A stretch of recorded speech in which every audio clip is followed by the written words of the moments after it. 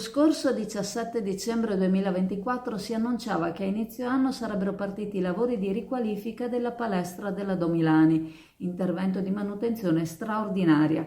Tra gli interventi la sostituzione della pavimentazione, il risanamento delle murature, la dipintura del locale e la sostituzione dei serramenti, impegnando l'impresa esecutrice per circa un paio di mesi. Importo dei lavori previsti 83.000 euro. Intervento ben visto anche a fronte dell'aumento dei canoni delle palestre che si è deciso e che andrà a pesare sulle tasche dei cittadini che fanno parte delle associazioni sportive che si appoggiano a queste strutture. Durante l'intervento di riqualifica, le attività delle associazioni sportive saranno sospese nei locali interessati. Terminato l'intervento alla palestra, per portare a termine il quale, come abbiamo detto, sono previsti un paio di mesi, si passerà poi agli spogliatoi, i quali saranno ristrutturati integralmente. Tale intervento del costo di 130.000 euro si protrarrà fino al termine dell'anno scolastico. Con l'ultimo comunicato con cui veniva reso noto tutto ciò, il sindaco Armelao affermava anche che si era incontrato con il referente del credito sportivo,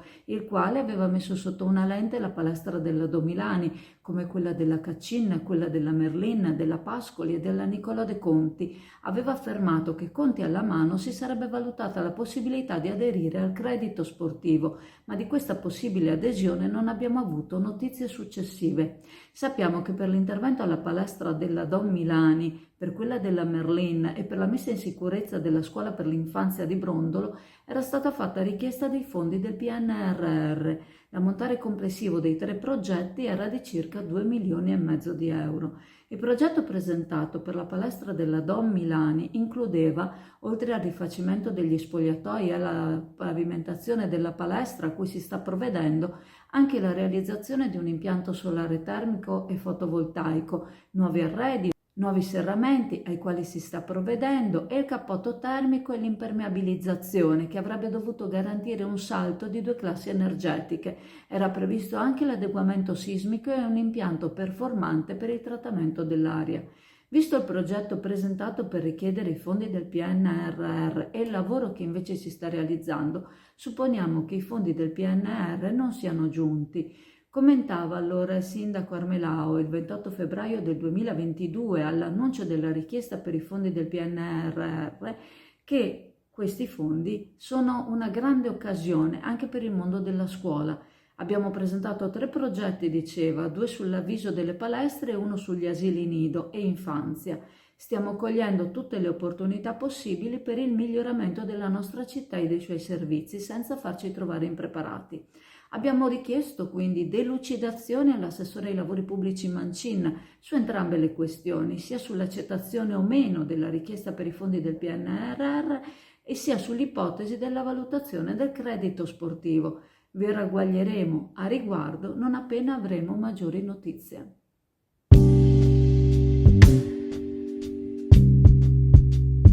E anche quest'anno abbiamo chiuso un bell'accordo e direi che quest'anno il giro ci resta quasi una settimana in Veneto e peraltro con una bella tappa della domenica, ma anche le altre tappe sono belle tappe e con il giorno di riposo direi che sarà ancora una festa di popolo e come dico sempre io non c'è giro senza Veneto e non c'è Veneto senza giro. Sì, quest'anno ho voluto chiudere questo accordo con diciamo, un bel programma di tappe e fra l'altro anche con la giornata di pausa.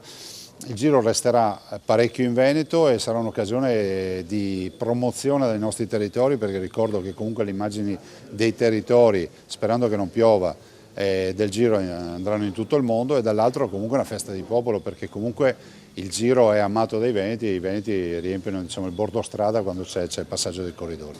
Quest'anno le tappe sono tutte belle, sicuramente ce n'è una di iconica che è il muro del Cadelpoggio che avrà, forse se ci sarà una bella giornata, 20-30 mila persone lungo un muro diciamo, di salita di neanche 1 chilometro. E dall'altro però insomma, abbiamo tappe iconiche, quindi direi che sono tutte consigliate le nostre tappe. E siamo nello studio del Servizio Nord-Est 2.0 e vorremmo sapere di che cosa vi occupate. Ci siamo fortemente focalizzati sui bonus edilizi, in particolare sul superbonus.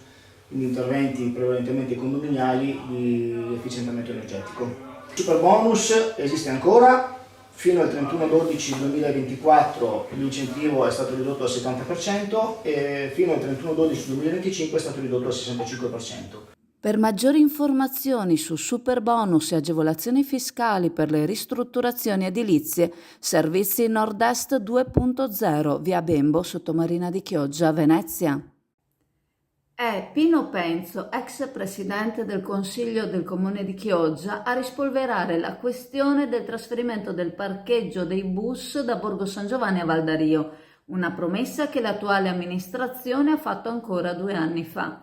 Secondo Penzo, l'area adiacente al cimitero di Chioggia, che vede ora sacrificata, potrebbe essere strategica per risolvere la cronica mancanza di parcheggi per residenti e per turisti.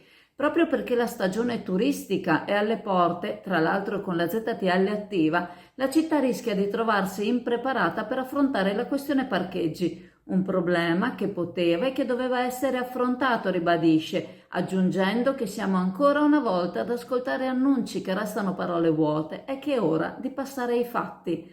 Ricordiamo che un paio d'anni fa, tra l'altro, l'autorità di sistema portuale aveva promesso all'amministrazione di poter usufruire dell'area libera di Valdario, antistante l'area portuale, per un paio d'anni, eventualmente in attesa di trovare una soluzione migliore in base a quelle che si sarebbero manifestate come reali necessità, con la motivazione che sarebbero dovuti sopravvenire i parcheggi per i bus. Sembra anche che sia stato rifiutato alla SMAL di Chioggia, un'associazione di drift, l'utilizzo dell'area per realizzare i suoi spettacoli, addirittura per 2 annate.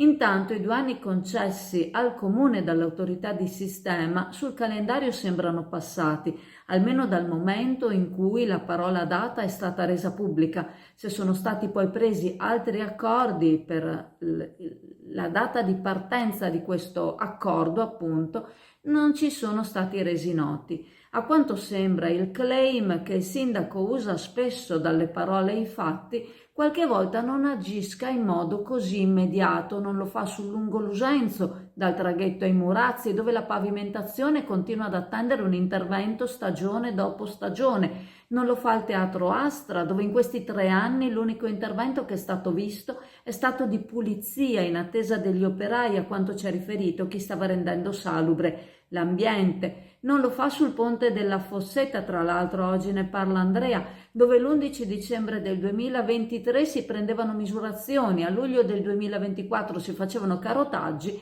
e sul quale si presentava un terzo aggiornamento a metà ottobre dello scorso anno, sulla cui approvazione o respingimento non abbiamo avuto alcuna notizia.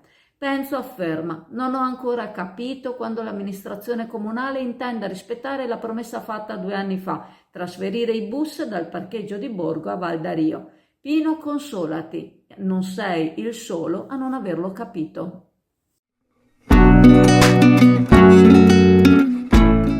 Preparati a gustare le specialità tradizionali e le novità esplosive che potrai trovare all'Indiga. Gelato artigianale anche per l'asporto, per gustarlo in compagnia dove vuoi tu. All'Indiga il gelato da passeggio più gustoso, in cono, coppetta o con lo stecco.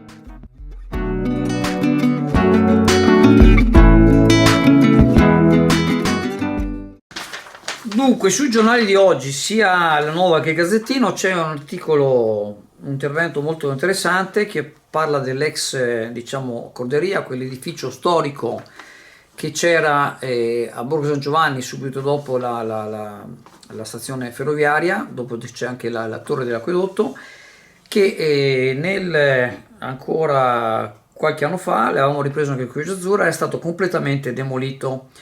Bene, praticamente la cosa è andata in prescrizione, io non voglio andare nel merito, in sostanza gli avvocati della difesa hanno evidentemente dimostrato che non era un bene storico, anche se negli stessi articoli parlano che dalla regione era riconosciuto come un edificio di archeologia industriale dell'800, e quindi praticamente è finita tutto a tarlucce vino, e quindi questi signori potranno, addirittura non verranno neanche sanzionati.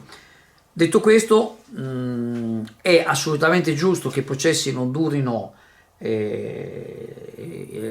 all'infinito, e ci deve essere un periodo, e quindi questo periodo è passato, è stato prescritto, e tra l'altro piuttosto che avere una struttura lì lasciata lì, è meglio che la finiscono e la finita. Ci sono altre motivazioni, ma vi invito a leggere gli articoli dei giornali, comprare i giornali, invitiamo sempre a acquistare i giornali. Ecco.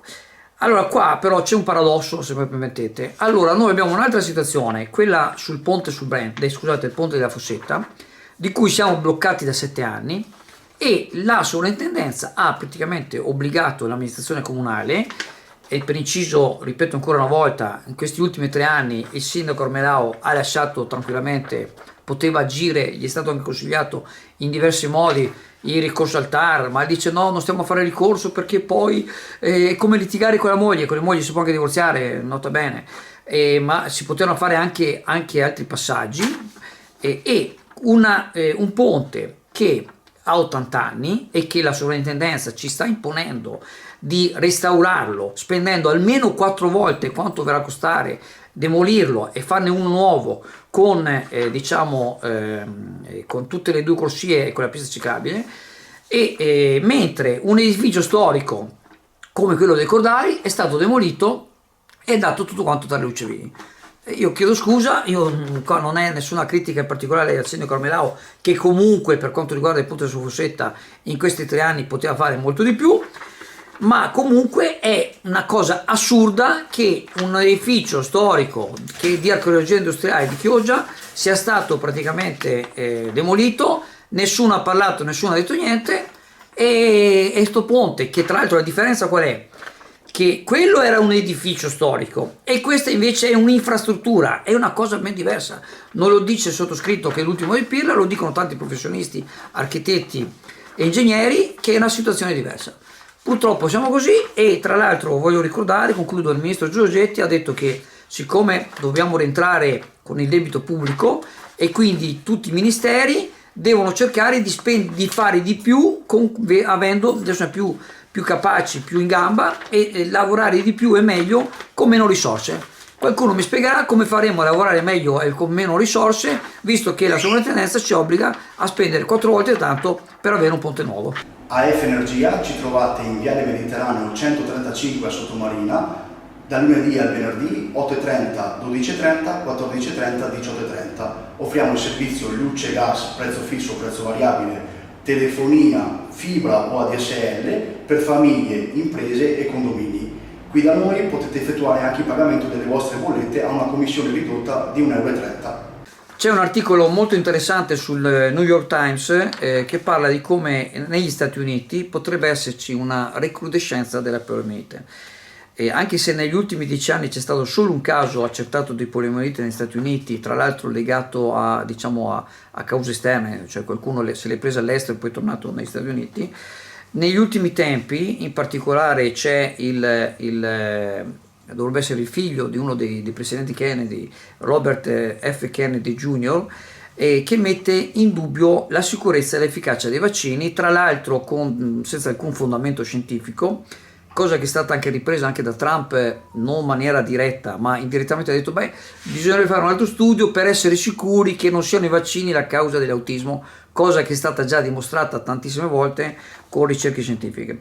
Comunque il problema è questo, che secondo gli esperti americani, tra cui il dottor David Heyman, non so se la pronuncia è corretta, o qualsiasi decisione negli Stati Uniti potrebbe avere un impatto globale. Infatti se il vaccino antipolio dovesse essere ritirato, oppure anche in maniera indiretta, cioè mettendo meno fondi a disposizione per quanto riguarda il sistema sanitario americano, ci potrebbe essere una recrudescenza. Nell'articolo del New York Times c'è un lungo storico che ricorda come la poliomielite all'inizio, quando era ancora non esisteva il vaccino, faceva almeno 20.000 morti solo negli Stati Uniti, senza contare tutti quelli. Anche a Chioggia abbiamo tanti amici che hanno avuto la poliomielite e tuttora sono paralizzati, hanno alcune parti del corpo che non funziona come doveva funzionare, alcuni sono paralizzati in maniera pesante. Anche stamattina ne ho incontrato un altro che sta girando, che ovviamente ha una certa età, però ricordano bene cosa voleva dire non avere il vaccino. Di questo mi dispiace dirlo, ma purtroppo anche in Italia stiamo avendo una cosa del genere di quello che sta succedendo in America, e cioè il governo di centrodestra della Meloni, con tutto il rispetto della Meloni, che questo governo di fatto ha raggiunto degli obiettivi importanti. L'inflazione è controllata, c'è il tasso di occupazione che non è mai stato così alto, e la nostra Presidente, la Presidente del Consiglio è stimatissima a livello europeo, a livello mondiale. Però per quanto riguarda la vaccinazione, purtroppo c'è da dire che saranno 2 anni che non se ne parla quasi per niente, e tutto questo ha dato praticamente il via libera a tutte queste notizie dei Novax, che senza alcun fondamento scientifico creano paura e confusione. E anche qui col fatto di non vaccinarsi in maniera importante per quanto riguarda sia l'influenza ma sia anche il Covid, purtroppo anche qui c'è una recrudescenza. E ricordiamo sempre che per chi dice beh tanto io sto bene, non ho problemi, effettivamente ci sono persone che di salute stanno molto bene e potrebbero anche contrarre l'influenza oppure anche il Covid e non avere nessuna conseguenza. Ma il problema è soprattutto per le persone che invece hanno hanno dei problemi di salute, che sono più deboli, i cosiddetti fragili, gli anziani, ma anche persone che hanno il diabete, persone che hanno anche altre patologie, e quando vengono colpite dal Covid o anche dall'influenza pesante rischiano come minimo delle conseguenze gravi. Ecco, quindi l'appello è quello a documentarsi in maniera su fonti scientifiche reali, e non da notizie girate così tramite social o cose del genere, insomma, perché purtroppo le conseguenze ricadono, ripeto, soprattutto sulle persone fragili. Dragster Italjet, motori ad alta prestazione 125, 200 e 300 cc, telaio fuori dagli schemi con un carattere unico, una guida emozionante, fari full LED, un urban superbike di cui ti innamorerai. Vieni a vederlo da SD Auto, Chioggia, Viale Stazione 36.